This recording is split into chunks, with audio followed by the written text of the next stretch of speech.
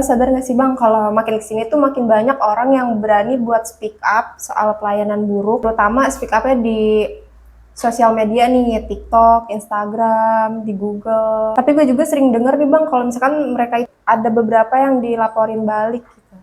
Betul juga tuh, dan udah banyak kejadiannya.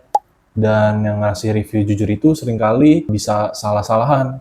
Niatnya ngasih review jujur yang baik-baik aja, malah terkesan jadinya penghinaan. Dan bukannya sekali dua kali kejadian kayak gitu, Del. Berarti udah sering ya? Nah itu sebenarnya kita semua setuju sih, konsumennya punya hak untuk menyampaikan pendapat. Batasnya di mana, kapan review itu sah, dan kapan bisa dikenai pasal. Nah itu pertanyaan bagus. Karena kita harus tahu tuh, kritik sama pencemaran nama baik kadang tuh jadi beda-beda tipis.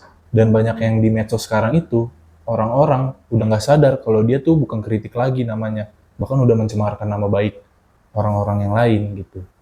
Oke, untuk lebih lengkapnya kita akan bahas di Ngerti Hukum. Welcome di Ngerti Hukum, seri edukasi hukum bareng Edwin and Partners. Di sini kita akan bahas hukum pakai bahasa sehari-hari, biar kalian semua itu bisa mengerti dengan obrolan yang nyantai. Kenalin, aku Adelia, dan di sini aku bareng sama siapa Bang namanya? Oke, kenalin, dan saya Bintang Marpaung dan tim hukum dari Edwin and Partners. Oke, mari kita mulai.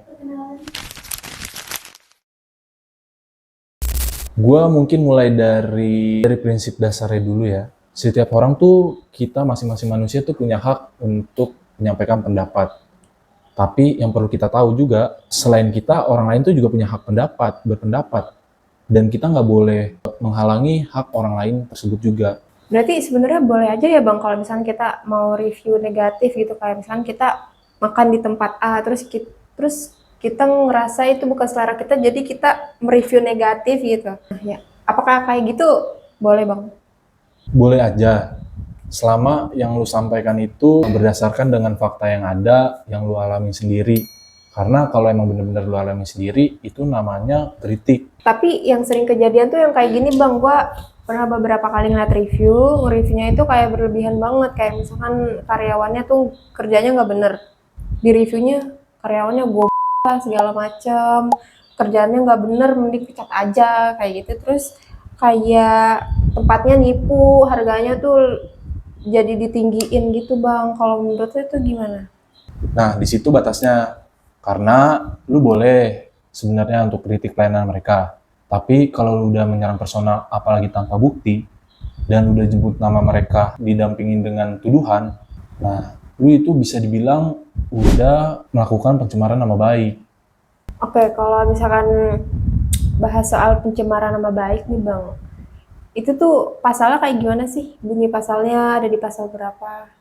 Nah, kita mengacu kepada Undang-Undang ITE pasal 27 ayat 1. Nah, di situ membahas tentang menyerang kehormatan dan nama baik. Nah, itu hati-hati karena pada pasal itu juga kita dapat kenakan pidana juga. Serem juga berarti ya Bang. Berarti nggak semua kejujuran atau fakta itu aman gitu kalau misalnya kita up di media sosial. Nah, itu benar juga. Karena ketika lu menyampaikan kejujuran itu harus benar-benar tepat sasaran. Lu harus mengkritik kepada pelayanannya, bukan kepada personalnya. Karena ketika lu udah menyentuh personal dan lu dilaporin, tuh bisa kena ancaman pidana. Berarti prinsipnya gini ya Bang, kalau misalkan lu ngomongin soal pelayanan seseorang, pelayanannya kurang atau jelek, berarti lu tuh harusnya komentar ya pelayanannya aja, nggak karena pribadinya, atau bahkan ngatain orangnya secara langsung, kayak gitu. Nah, ya itu benar. Jadi kalau lu sebenarnya mau review aja, ya udah review aja seobjektif mungkin tanpa menyerang personalnya. Oke nih Bang, ngomongin soal review medsos, lo tahu nggak sih Bang yang kasus food blogger yang pernah viral waktu itu karena dia tuh menjatuhkan brand yang lumayan sudah besar gitu. Oh, yang akhirnya dia tuh dilaporin sama brand tersebut. Ya, dia tuh dilaporin sebagai pencemaran nama baik. Nah, itu tuh lu bisa lihat juga tuh. Kalau dari contoh yang itu, lu harusnya bisa ngebedain yang mana udah nge-review secara baik, secara negatif, bahkan tuduhan-tuduhan yang diberikan. Nah itu bisa dibilang ya beda-beda tipis gitu antara itu semua. Jadi kalau emang lu bermain sosial media, apalagi lu konten kreator, itu udah harus hati-hati dan lu harus bijak untuk menentukan hal itu semua. Kalau dari kasus tersebut, meskipun kayaknya belum masuk ke ranah pengadilan, tapi kan polemiknya udah viral banget ya. Nah, orang-orang juga sudah melihat bahwa apa yang dilontarkan atau apa yang dilakukan si food vlogger itu udah jauh dari kata kritik. Iya nih Bang, makanya banyak yang salah paham. Mereka tuh mikir kalau review jujur tuh aman gitu.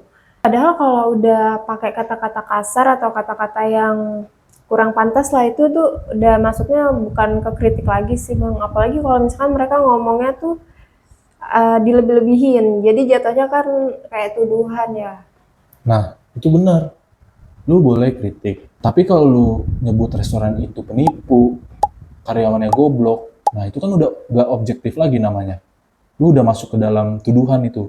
Dan berarti tuh kalau misalkan reviewnya nih sampai nyebar gitu, sampai viral gitu, terus akhirnya tuh ngerugiin reputasi si resto tersebut, atau merugikan seseorang yang dikomplain di review itu, berarti itu ada hukumannya ya, walaupun sebenarnya niat seorang yang review itu tuh cuman sebagai sharing aja padahal. Nah, makanya balik lagi, kita itu atau netizen harus benar-benar objektif.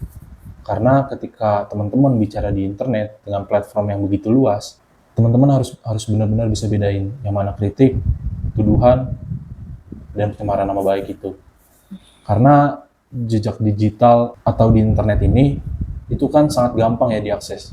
Jadi apa yang kita bicarakan itu akan bisa berdampak bagi pemilik usaha tersebut. Oke, jadi intinya nge-review itu sebenarnya boleh-boleh aja ya Bang, cuman harus ada batasannya, harus pinter dalam memilih kata juga atau kalimat. Nah, betul. Sekarang nih mungkin untuk teman-teman yang nonton ada beberapa tips untuk menyampaikan kritik. Yang pertama tips dari gue tuh fokus ke pengalaman pribadi. Jadi kalau ketika teman-teman itu merasa resto tersebut kurang dalam hal sesuatu, sampaikan secara benar, secara objektif, dan bukan malah menggiring opini untuk teman-teman di luar sana, bahkan untuk menjatuhkan resto tersebut. Setuju banget nih. Terus kalau tips dari gua itu, kalau misalkan kalian mau review sesuatu atau suatu tempat tuh usahain jangan pakai kata-kata kasar atau kata-kata merendahkan, apalagi tuh menyerang secara personal, menyerang ke staff-staffnya misalnya. Itu sebaiknya dihindari aja sih. Nah, betul. Dan yang selanjutnya, hindari personalisasi. Jangan pernah kita membawa personal, membawa nama, terutama untuk pegawai-pegawainya dalam tempat atau tempat usaha tersebut. Dan yang paling penting juga, itu jangan pernah tambahin bumbu-bumbu drama biar engagement lu naik. Karena terkadang untuk konten kita viral, kita rela-relain tuh untuk menjatuhkan atau membuat tuduhan ya biar kita banyak dilihat orang. Iya, gue setuju sih sama saran lo, dan kalau dari gue tambahannya, sebaiknya kalau misalnya kalian mengkritik itu disertai juga dengan sarannya agar mereka tuh bisa memperbaiki kualitas dari pelayanan tersebut. Jadi kita tuh nggak harus pedas untuk melakukan review. Karena yang paling penting itu beretika dan tanggung jawab. Karena hal itu semua akan balik lagi ke teman-teman, ke lu semua yang melakukan hal tersebut. Karena kalau kita kritik dengan baik, malah kita bisa membantu para pelaku usaha ini menjadi berkembang. Dan sebaliknya, ketika kita menjatuhkan mereka tanpa tuduhan yang jelas, malah kita yang bisa diserang balik, dan malah kita yang merugikan diri. Merugikan diri dengan lu dianggap fitnah, dan lu harus siap dengan tanggung jawabnya nanti.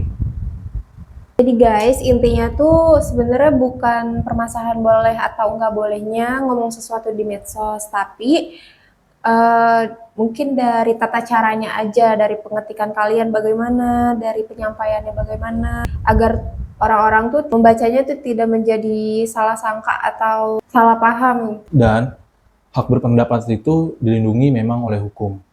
Tapi teman-teman juga harus tahu kalau hak-hak orang lain itu juga dilindungi oleh hukum.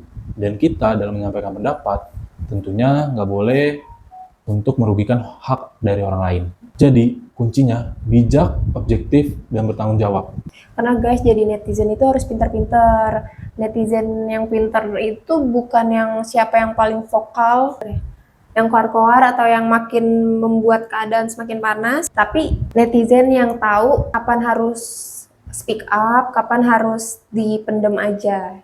Dan ketika lu udah terlanjur terbawa emosi ketika ingin menyampaikan sebuah review, lu harus benar-benar baca lagi apa yang udah lu ketik. Karena apa yang lu ketik selama 5 detik itu, jangan-jangan bisa jadi 5 tahun menghilangkan ketenangan lu ke depannya.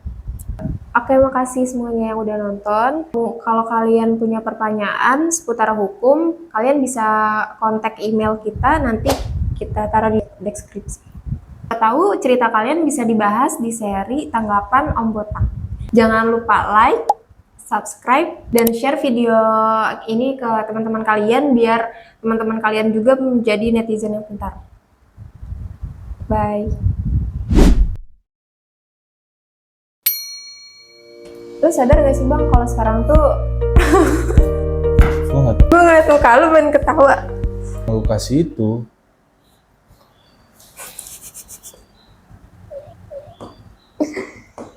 Selama yang lo sampaikan itu berdasarkan